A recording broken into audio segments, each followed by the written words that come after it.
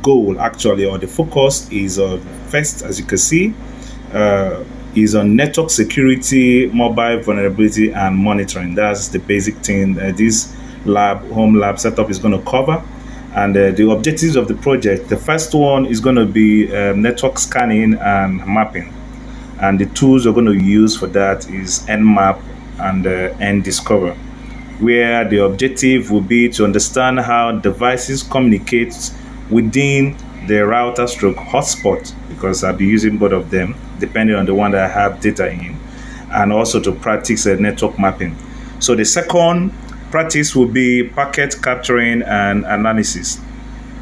The tools we're going to be using here is the Wireshark TCP DOM, and the task and objective will be to gain insight into data packets, protocols like HTTP, DNS, that's port 53, etc., and also to carry out potential attack and to gain insight on potential attack vectors. The third exercise will be on vulnerability scanning, where the tools we'll be using will be OpenVAS, the Nexus, and Metasploit. The task and objective here will be to learn how vulnerabilities are identified and remediated, especially in a mobile-first network environment. The fourth will be penetration testing on mobile, that is mobile phones. The tools we're going to be using are Metasploit, Termux, and Android Rat. So the task and objective here will be to understand mobile-specific vulnerabilities and the penetration testing techniques associated with them. The fifth exercise will be creating a DNS spoofing setup. DNS means a domain name service spoofing setup. And the tools we're going to be using are BetaCap and EtherCap. So the task and objective will be to learn how DNS spoofing works and practice detecting and defending against such attacks. Number 6 will be man in the middle attack, MITME attacks. And the tools we're going to be exploring is BetaCap, MITF, and Wireshark. So the task and objective here is to understand the traffic interception, session hijacking, and ways to protect against such attacks.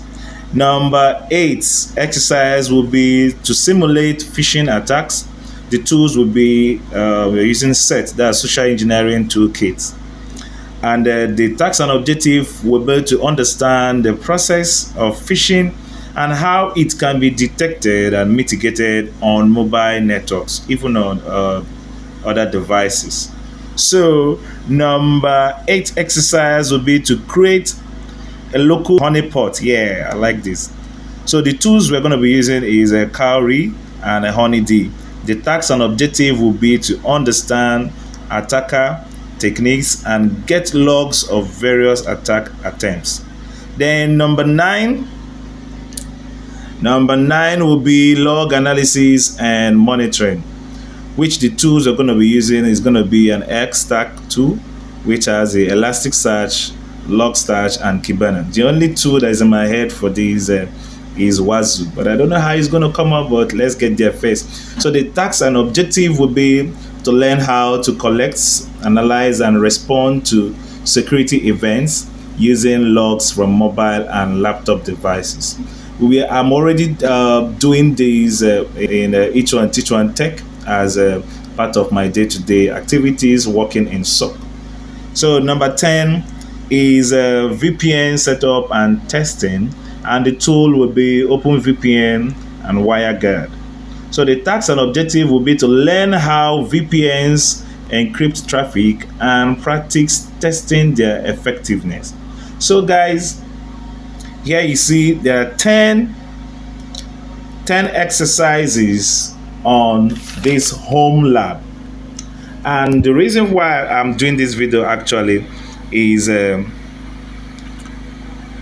to buttress on the packet capturing analysis, okay, where the objective is to gain insights into data packets, protocols, HTTP, DNS, etc., and potential attack vectors using Wireshark and TCP DOM. So over the couple of weeks, we've had consecutive classes that illustrate this with us.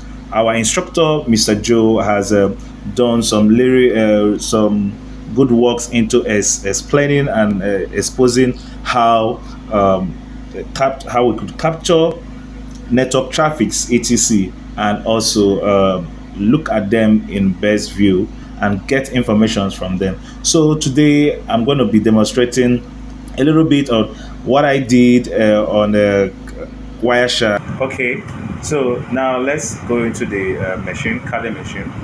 So let's see. Like I already told you, I have I've already done the capturing. So the Wireshark is already running. So what I'm going to do now is, let me enlarge this. I'll go in and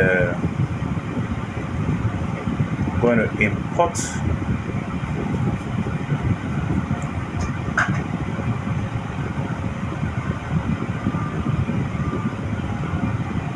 stop capturing. So I'm going to open the one that has already been captured, and I think it's here, capture p dot pcap. So when I open it,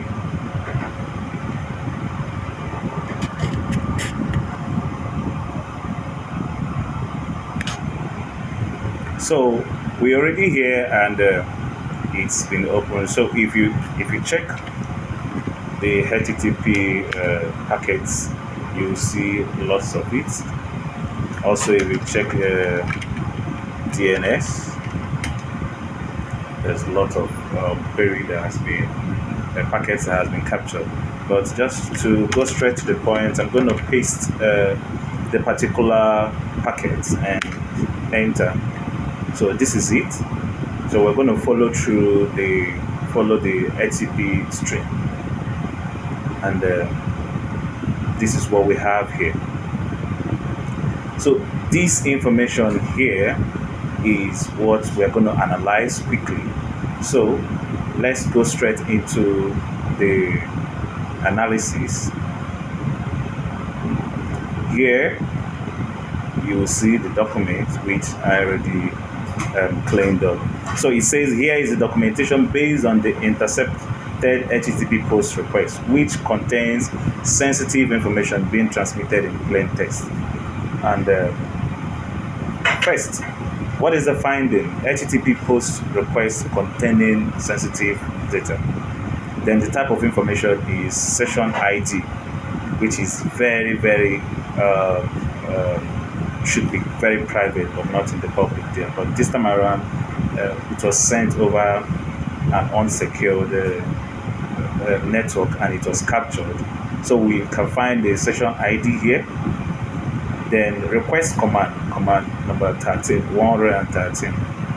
Also, we got the tokens here, and sensitive device information includes status of Wi-Fi, SIM-lock, local area network, then wide area network, and other network-related configurations. Then where it was transmitted, protocol HTTP, unencrypted. And the target is the device web management interface at 192.168.1. This is exactly my router's address, web management interface for my router.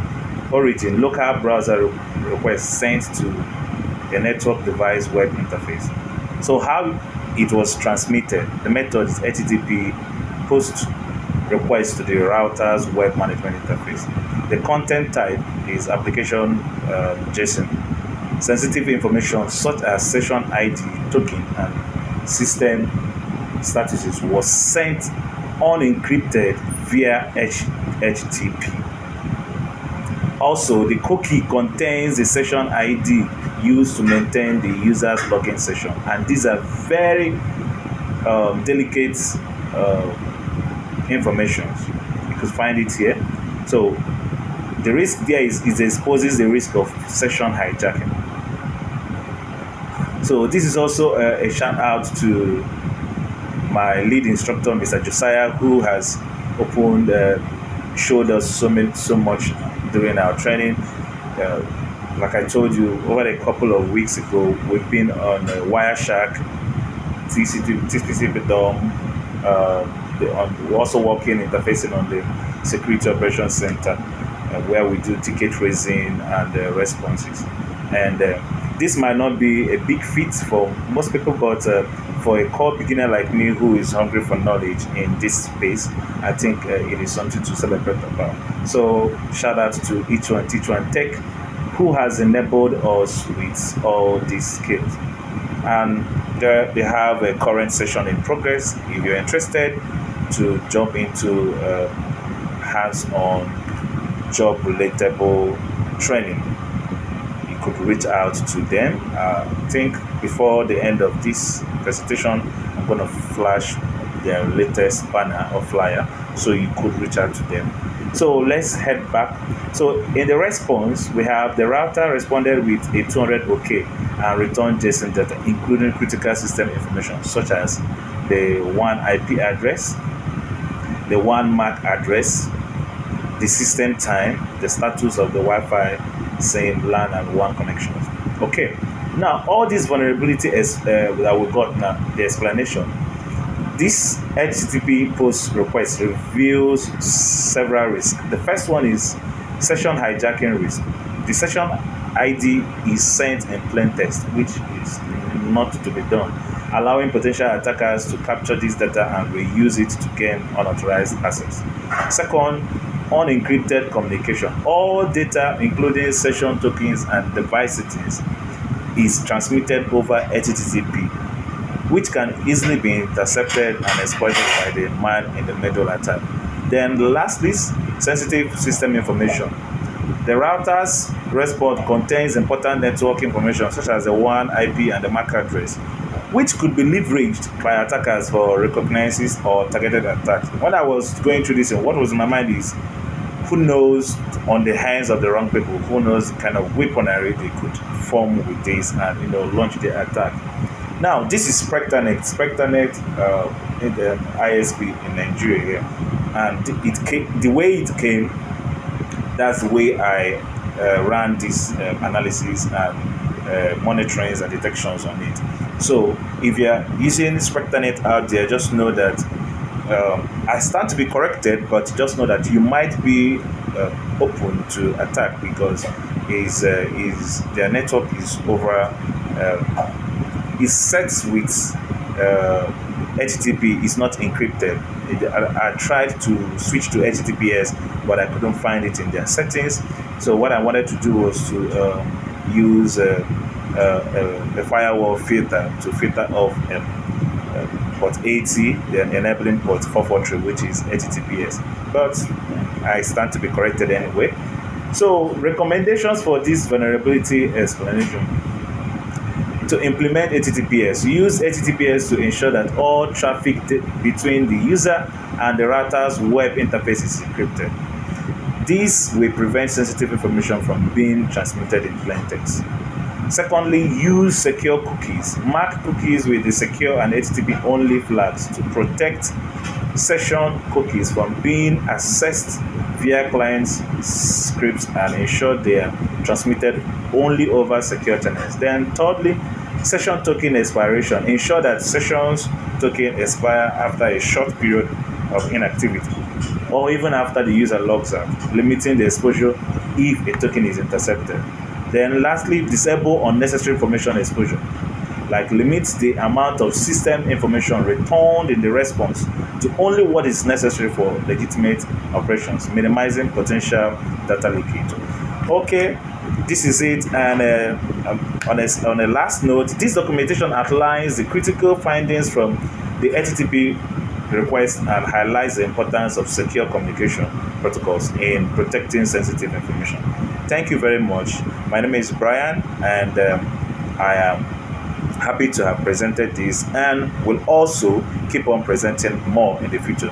To follow us or for the full clip, the full process and everything, you could follow our YouTube, Cybersecurity ABC, and use the link below to follow us, subscribe to our channel, and we'll keep on bringing educated and important content to you.